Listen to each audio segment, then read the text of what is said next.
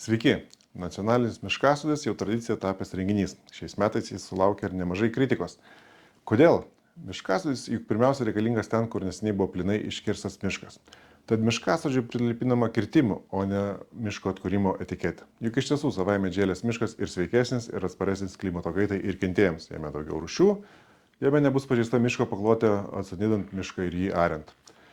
Prisidėjau prie įstatymo, kuris bent jau saugomose teritorijose panaikintų privalomus terminus miškų atsodinimui ir leistų miškui savaime atželt. Na, kol galioja senieji įstatymai, su komanda važiuojam į miškasodį, juk tai vis dėlto puikus komandos renginys. Aplinkosaugininkams neseniai buvo suteikti įgaliojimai vieniems stabdyti automobilius ir tikrinti, ar automobilio tarša atitinka reikalavimus ir normas. Pirmais metais aplinkosaugininkai net pažadėjo nieko nebausti, tik tais pratinti žmonės prie minties, kad jie gali būti patikrinti. Seimo nariai taip išsigando to, ką priėmė, kad jau suskubo nustatyti tik įspėjimus, nebe baudas už oro taršą. Kad Lietuvoje pilna netvarkingų automobilių, visi suprantam. Kad grėsintis įspėjimas niekaip nepaskatins tvarkytis automobilio, irgi suprantam, juk Lietuvoje 1,5 milijono automobilių ir tik porą taršos matuoklių.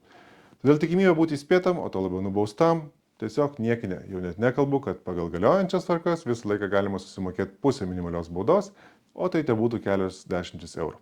Panašu, kad Seime bijamo savo paties šešėlio. Diskusija 3 ar 4 procentai BVP gynybai man atrodo kaip taikos meto diskusija, nes taip diskutuojamas finansavimo tikslas tiesiog išsprendžia labai ilgalaikės strategijos įgyvendinimą.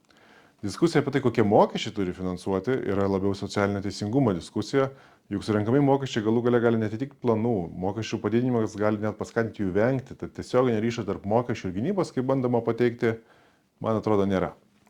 Įsigyti ginkluotę reikia čia ir dabar. Įsigyti ginkluotę svarbu ne tik tai, ką reikia įsigyti, bet ir ką įmanoma įsiginti karo Ukrainoje sąlygomis. Fabrikai perkrauti užsakymais. Svarbu ir tai, kaip mes ir ką integruosim ir ką galime integruoti į Lietuvos kariuomenę.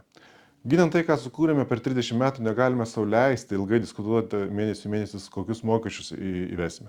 Turime įkurti nedelsiant ginkluotės fondą, greičiausiai finansuoti paskolų formą, o tuomet jau diskutuoti tiek, kiek reikia, kaip mes apmokėsime palūkanas šioms skoloms apmokėti ir kaip mes grąžinsime pačias skolas. Šiandien tiek, ačiū, iki kitų kartų.